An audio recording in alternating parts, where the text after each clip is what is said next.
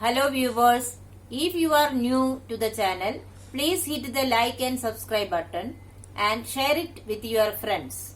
Also, click on the bell icon so that you get the latest information about the videos that are uploaded on this. Hello students, welcome back to the new video.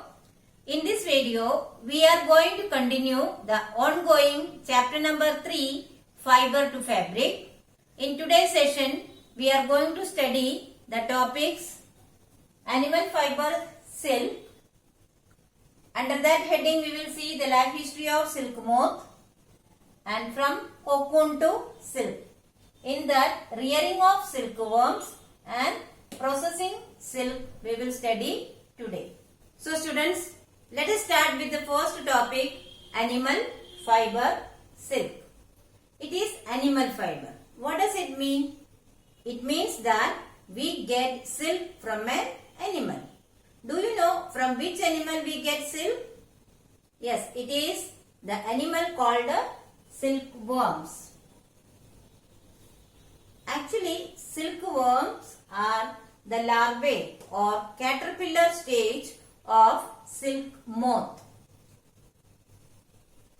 Silk moth is an insect. It has got various stages. In one stage of their life cycle is larvae. This larvae or caterpillar can spin silk fibers at a particular stage of their life.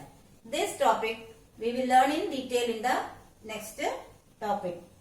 Silk is primarily produced in the countries like India, China, Southeast Asia and Japan.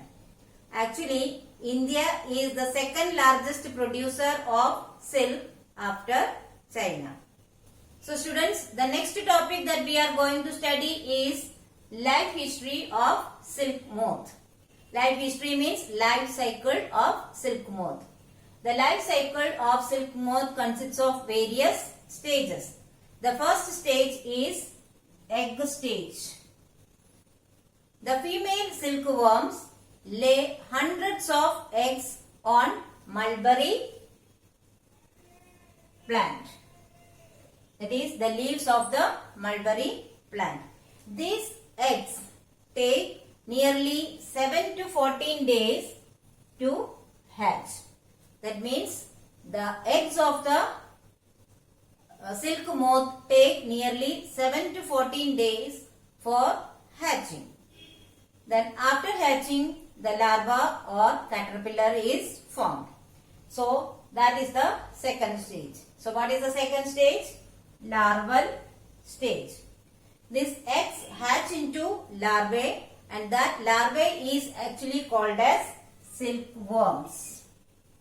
So the silkworms feed on the mulberry leaves and they start growing. So actually it takes 3 to 4 weeks for them to grow in big size. So during the larval stage, the larva, that is silkworms, grow bigger in size. As they grow bigger and bigger, they shed their skin 4 times during this stage. So this process of shedding the skin is known as molting. So students, what is molting? The process of shedding skin by the silkworms during the larval stage as they grow bigger in size is called as molting. So the third stage in the life cycle of silk moth is pupal stage. Once the caterpillar is matured, it stops feeding and converts it into pupa.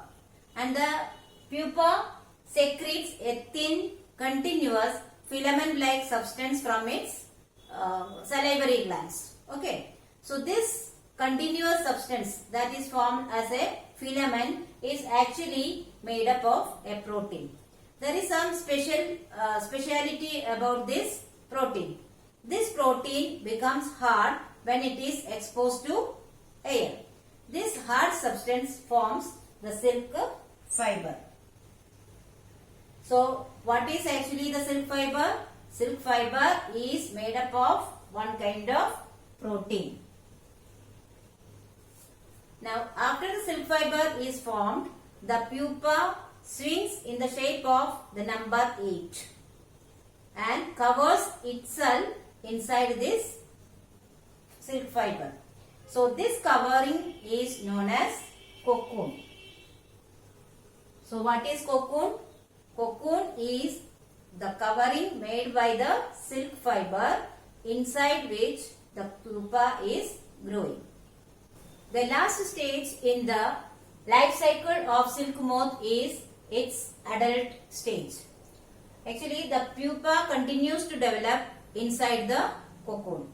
After 15 days, that means about 15 days it will take for the pupa to completely develop as an adult moth. When the adult moth is developed completely, it pierces open the cocoon and emerges out. Now the adult moth is ready and it has come out. Now what about its lifespan? An adult moth is only living for about 3 to 10 days. That means an adult moth's lifespan is only 3 to 10 days.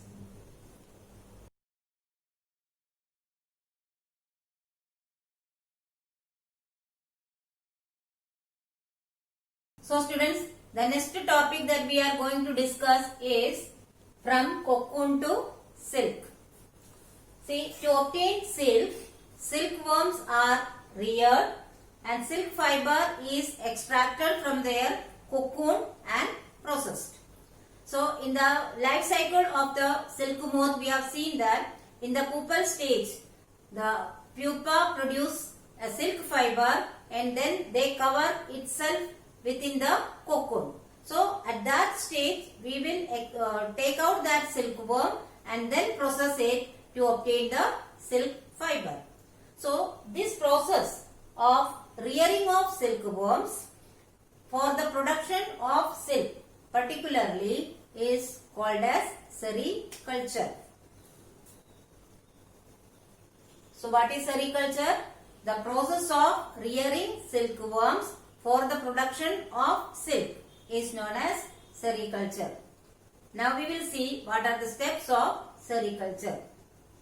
The sericulture involves the following steps. You know, the female silk moth lays hundreds of eggs at a time. Then these eggs are stored carefully by taking on the strips of cloth or paper. One should take care to see that we are not touching the larvae or eggs with our bare hand. This can spoil the eggs. Now, after collecting the eggs, they are kept under the suitable temperature and humidity which will help the eggs to hatch. Then, the silkworms that hatch from the eggs are kept in the clear bamboo trays which are lined with the mulberry leaves. The silkworms that are kept in the bamboo trays are fed with the mulberry leaves for about 25 to 30 days. During this period of time, the farmers take great care to see the good hygienic conditions are maintained. They keep the newspaper to absorb the extra moisture and also they clean the tray every few days.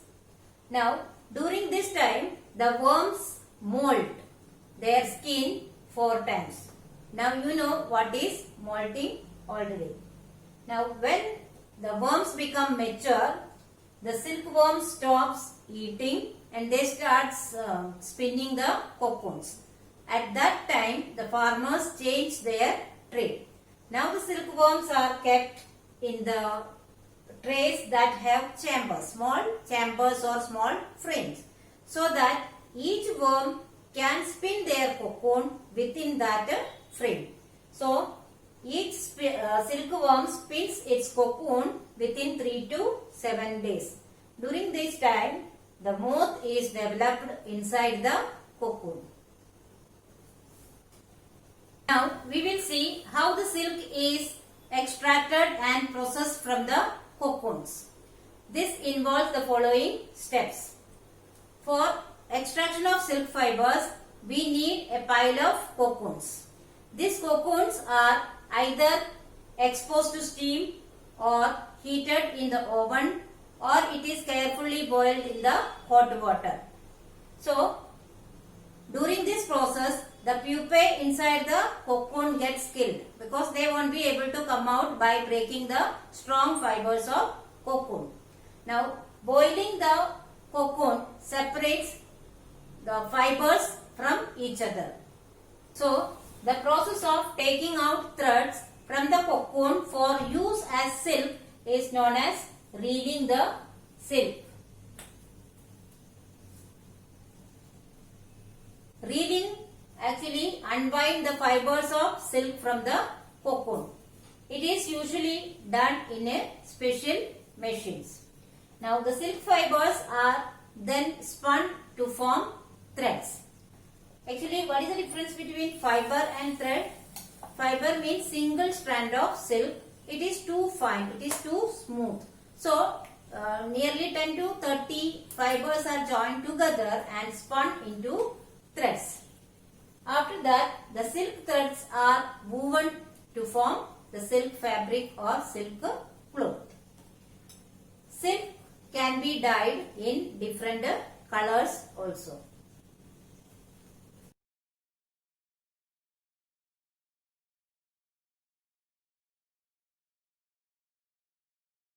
So students, I hope you have understood the topics very well. But still, if you have any doubt, you can write in the comment section.